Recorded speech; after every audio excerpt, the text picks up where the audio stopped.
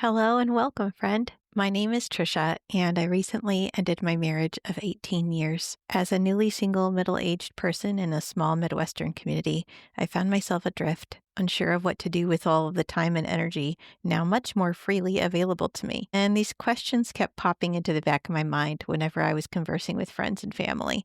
But what they all boiled down to is this: how do you single? So I decided to start asking people to share the gems of wisdom they've gained along their journeys. My guest today is Krystle, a beautiful, kind, and generous person inside and out. She's a Californian, has 8.5 dogs, and I have never known her to turn down an adventure, whether it's hiking into canyons or mountaintops, or asking a person she just met at a music festival if she wants to ride to California with her. That was me. I'm so grateful for her and excited to hear what she has to share. So let's get to it. All right. So this is super exciting. I've got my friend Krystle here. Krystle and I met, I don't know, 2003-ish. So what, 22-ish years ago, something? Something like that. Like that? We're too old to remember dates.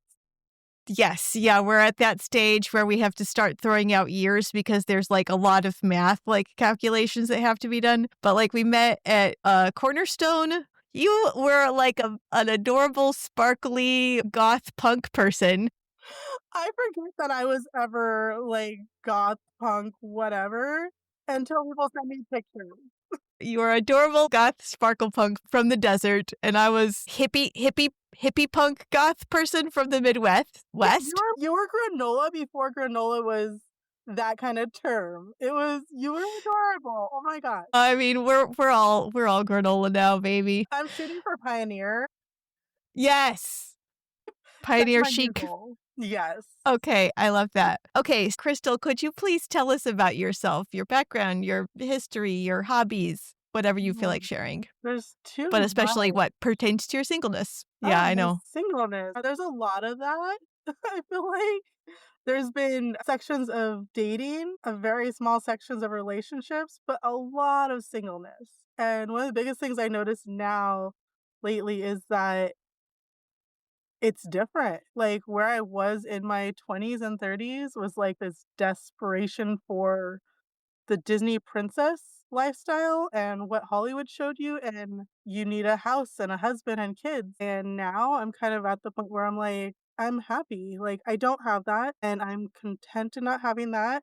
And I actually have friends around me who don't have that and are also content. And also Oh, lots of lovely. friends with it who are happy and content with husband and kids. So, Cool. Yeah. yeah. Like it's a little bit of everything, isn't it? Yeah. I really like we are sold that. Like it's just like the thing, you expect in your 20s that it's just like you're gonna find somebody and it's gonna be a thing and they're your person and blah blah blah and life just doesn't really tend to work out that way for most people, I've noticed. Yeah.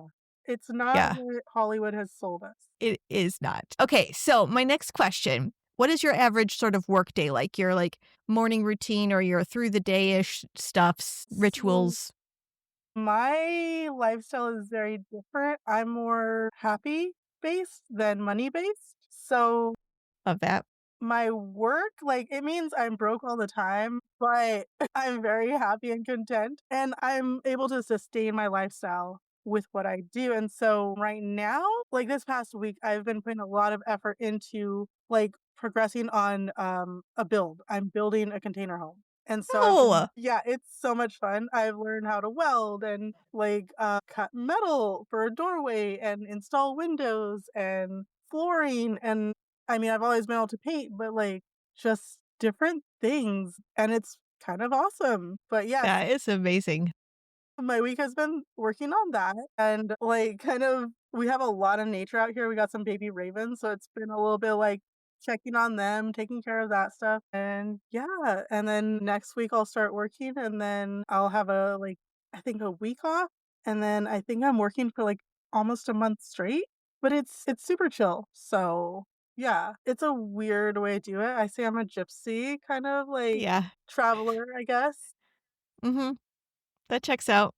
That Yeah, checks out. I love that. So, like, it, like, really varies from day to day, sort of month to month kind of thing, but yeah, as long as you can be busy and, like, have time for what you enjoy, is that sort of yeah. Yeah, yeah. I try to be busy. There's always something to do. Like yesterday I worked my like regular job, but it's not it's like a couple times a month.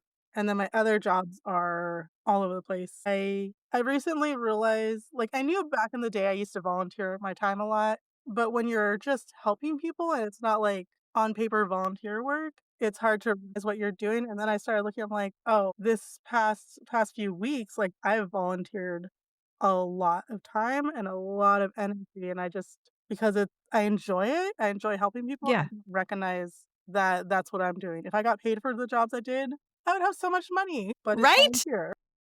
Yep.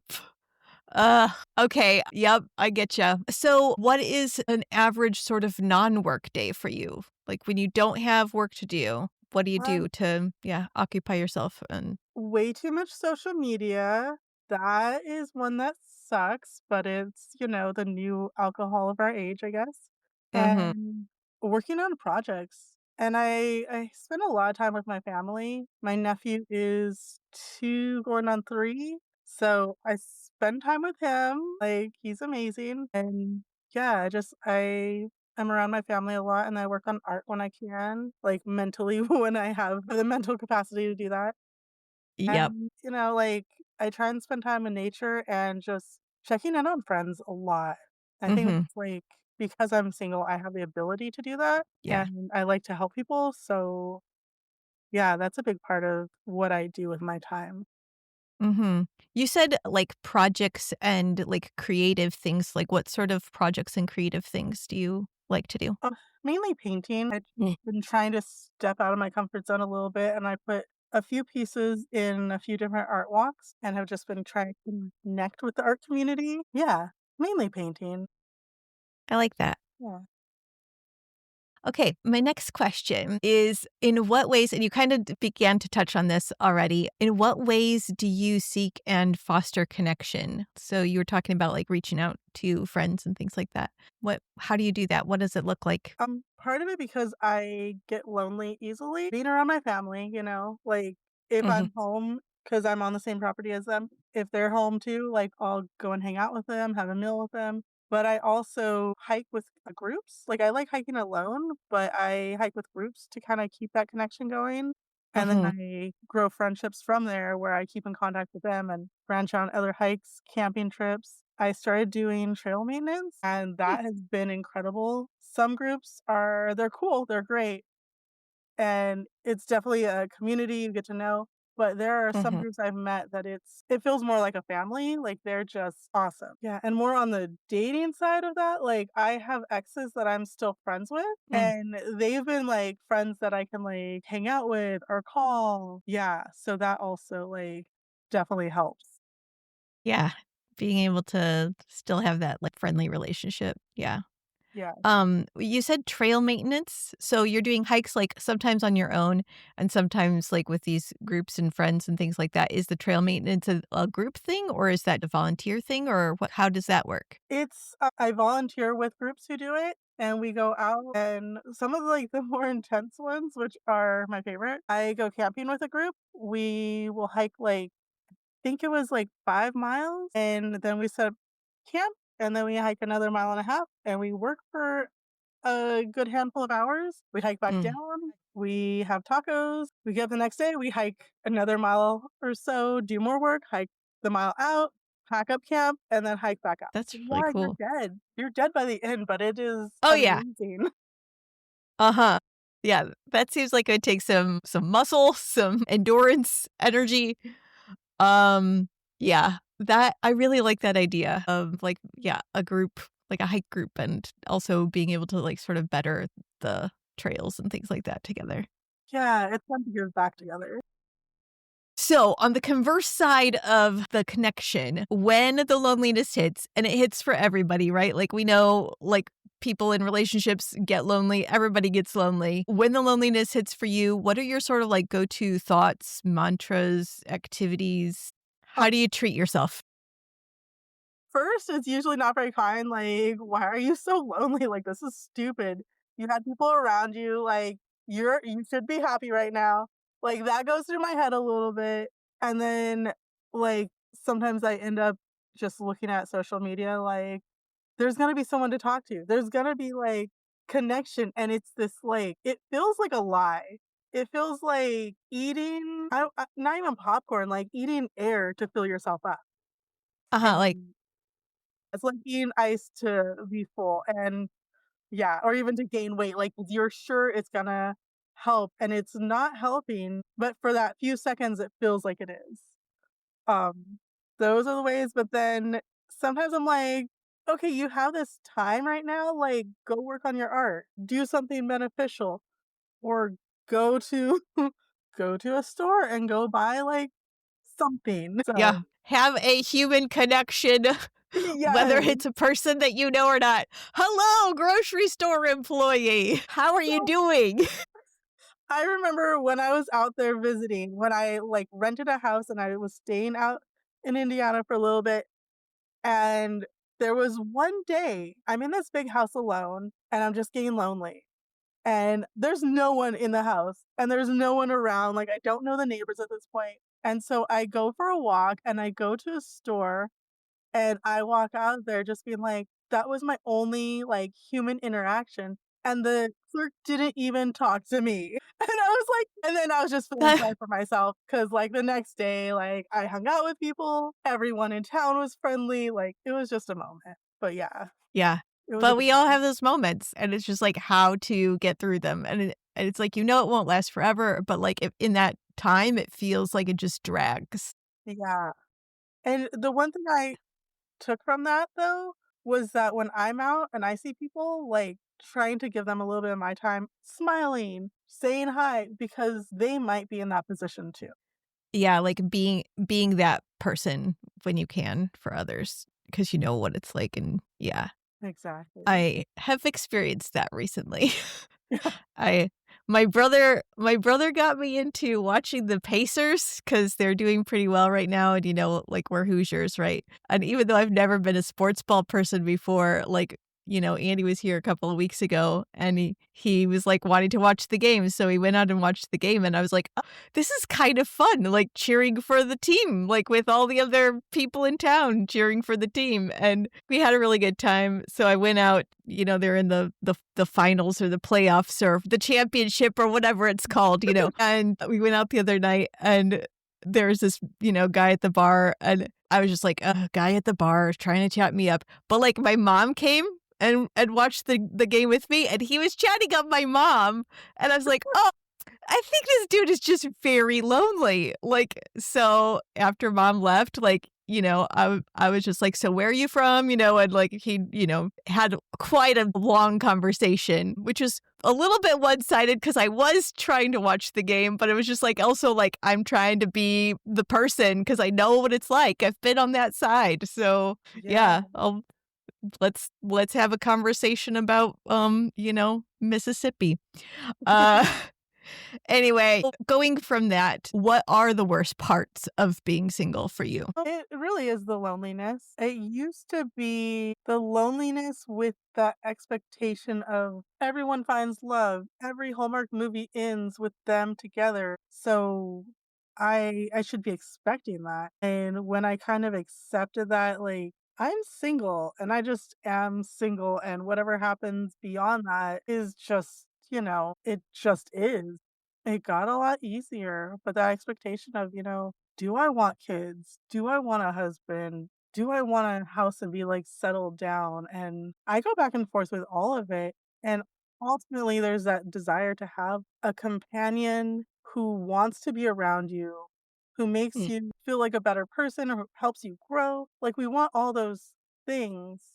But I don't know. Like that is very difficult, but also making peace with it makes it a mhm. lot easier. Yeah, the weight of expectation, you said, Yeah. like, for sure, like, the weight of it, it's heavy. Yeah. Like, there's loneliness, and then there's that, like, expectation, and it's just like, you could drown in that sometimes. Yeah. So, yeah. On the opposite, on the flip side, what are the best parts of being single for you? My gosh, not having to put up with another person, doing my own things, free time. My friend was like, she's single and she's happy and she kind of dropped everything essentially. This was her plan, but essentially dropped everything and got a job 10 hours away, and it's a dream job. So, it's incredible. She's exactly where she's supposed to be, and it's beautiful. But she's like, "I'm gonna go up slowly." And we do this, we'll go out to middle of nowhere camp, things like that. I'll meet up with her all the time. And so I was just like, "Cool. You're gonna be where, or where are you today?" type thing. And I Mhm. packed up the car and I left and I went and stayed with her. And I was like, "Okay, I'll stay for, X amount of days, but it's kind of open ended. We could leave at any time or we could stay longer." And I know, other people don't have that opportunity. If you have, like, a whole family, if people are waiting for you, I can just do that. I could pack up my car right now, work it around my work schedule, and go and camp for, like, days, and I do. That's amazing. So, it's That's great. amazing. Also, You going are out. living the dream. Oh, yeah, it's amazing. Going out with friends and family recently when they're just, like, annoyed with their partners or whatever, I'm just like, "Huh, I don't have to deal with that." Yep. Yep. No problem. I love that. Yeah, like that freedom, flexibility, being able to have that independence of just like I can go Being and responsible for only myself. only your yes. Okay, amazing. I love that. Okay, we're going to put on our imagination hats. So just if you were to imagine for a few minutes, you were given the chance to go back in time and visit yourself in some of the hardest, darkest times, whether they were, in a relationship or not in a relationship. Can you tell us, well, first tell us about the time and then tell us what you would like to share with your past self? That's hard, because I don't really know. I don't feel like I have regrets. Things that happened that were really hard were, like, beyond my control, and things that were in my control that I coulda walked away, I feel like I've learned from. It's like, I wouldn't wanna give anything away to my past self. The biggest thing lately Mm, I'll think about is, like, when I was little and, you think, like, "I can't do that because 'cause I'm not an adult," or, "When I'm an adult, I can do that." And I'm, like, eating ice cream for dinner just thinking, like, this is who I was excited to be. Like, this is the person. Also, yeah. knowing stepping out into art, which is, like, a dream thing for me, and going on adventures and doing what I want. Knowing that was coming when in my past, I don't think it would've changed anything, but, like, I think being on this side looking back, it's kinda cool. Like, telling myself the future's gonna be good and you're gonna have this or that. I think the weight was too heavy of whatever I was going through Yep. for me to even accept it, but looking back Mhm. and seeing where I was and where I am now, and I'm kind of more that person I had dreamed about being, that to me is like, that's awesome. I'm happy. Yeah. Yeah. That's really cool. I like that a lot. Are there any thoughts, tips, favorite activities that you'd like to share with our single listeners? Yeah, find what you like to do and do it. It helps keep the loneliness away, helps keep expectations down too, because you're doing what you love, and then your expectations, like what you want and hope for, changes. And also just I feel like in your 20s and 30s, that desperation to find someone is just there. So just, do what you can to make yourself happy for yourself, because that expectation and desperation is gonna be there, but it will get better. It Yeah. lessens, lightens, and you can be content with yourself. One of the things that I heard you saying here was about leaning into the creativity and the art and things like that. I wonder, do you feel like you're like that's part of it too? Like that's part of leaning into the finding what you love is through creating? I think in most things that someone has a passion for, there's some kind of creativity, I guess. If it's baking or writing or even math, like if you're Yeah. super into math, like it's still a Yeah. creativity. So anything and everything that is a passion seems to have some kind of creativity to it. And I think that's just the stamp of who we are on something we like enjoy. But you don't have to feel like you're being creative. You just have to do what kind of brings you joy. Yeah. I like that. Oh, Crystal, thank you so much. This is very helpful for me. I am a little bit in the place of like finally leaning into figuring out what it is that I like and what it is that I want to do. But there were several weeks there that were just massively like, what do I do? What do I do? Ah, just like, I don't know what to do. Can I help with this thing? Like you were talking about volunteering, and I'm like, oh, that is me. I've done so much volunteering because I'm just like, I don't know what to do with myself. I have too much energy and time now. When I had a breakup that really kinda shook me, that was one Mm, thing I learned. I was talking to someone, I was like, "Oh, you need help?" Like, very excited, like, "I'll help you." And it gave yep. me an outlet to do something other than sit and think about my sadness. I was Yes. able to help someone that definitely lightened my spirit, but it gave me that human connection that I was craving. Yes. And I really like that. yeah, so volunteering is Yeah. so beneficial in freaking 2 thumbs anything. up. Amazing. Yay. Krystle, thank you so much for talking with us today and sharing your insights and connecting. I really deeply value you and appreciate you, and am looking forward to hanging out with you in the future, Yep. hopefully in person even. Yay. Okay. I'll talk with you later. Thanks so Okay. much. Bye. I hope that you were able to glean some gems from our conversation and will join me next time for a new guest. Please like and subscribe to hear more, share with friends far and wide, and feel free to text me with questions or any thoughts you had. I'm grateful for you and look forward to connecting, sending lots of love your way. If you liked what you heard today and are interested in expanding your perspective on living solo, I highly recommend the Solo Podcast by Dr. Peter McGraw. How Do You Single is produced, edited, and designed by me, Tricia Blosser. Special thanks to my guest, Krystle Forrest.